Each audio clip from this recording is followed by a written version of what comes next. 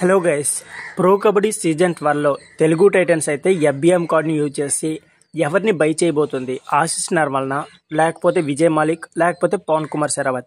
ఈ ముగ్గురులో ఎఫ్బిఎం కార్డ్ని ఎవరికి యూజ్ చేయబోతుంది? ఇలాంటి కంప్లీట్ డీటెయిల్స్ అయితే ఈ వీడియోలో చాలా క్లియర్గా మాట్లాడుకుందాం. దానికంటే ముందు ప్రో కబడ్డీకి సంబంధించి చిన్న అప్డేట్ అయినా సరే నాన్ స్టాప్గా మన ఛానల్లో వీడియోస్ వస్తాయి.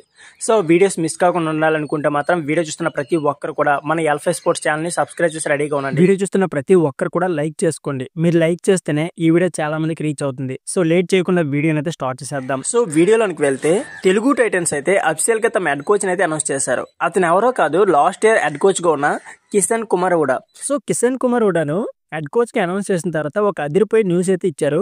ఇది వైరల్ న్యూస్ అని చెప్పుకోవచ్చు. అదేంటంటే ఈసారి పెద్ద బ్రాండ్ అలాగే పెద్ద నేమ్ ఉన్న ప్లేయర్లను కాకుండా యంగ్ ప్లేయర్ని బై చేస్తాము అనేది స్టేట్మెంట్ ఇచ్చారు.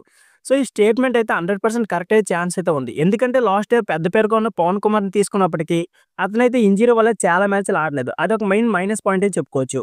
ఈసారి అలా జరగకుండా యంగ్ టాలెంటెడ్ ప్లేయర్ని అయితే బై చేసే ఛాన్స్ అయితే ఎక్కువగానే ఉంది. సో ఈ ఎఫ్బిఎం కార్డు వీళ్ళు ముగ్గురులో ఎవరిని యూజ్ చేస్తారంటే మ్యాక్సిమం చెప్పడం కష్టమే. ఎందుకంటే వీరు ముగ్గురిని అసలు టీంలో తీసుకుపోయే ఛాన్స్ అయితే ఉంది. నా దృష్టిలో మాత్రం విజయ్ మాలిక్ని ఎఫ్బిఎం కార్డు యూజ్ చేసి తీసుకుంటే మాత్రం చాలా ప్లస్ అయ్యే ఛాన్స్ అయితే ఉంటుంది. సో మీరేమనుకుంటున్నారో మీ అభిప్రాయాన్ని కామెంట్ బాక్స్లో కామెంట్ చేయండి. Thank you for watching.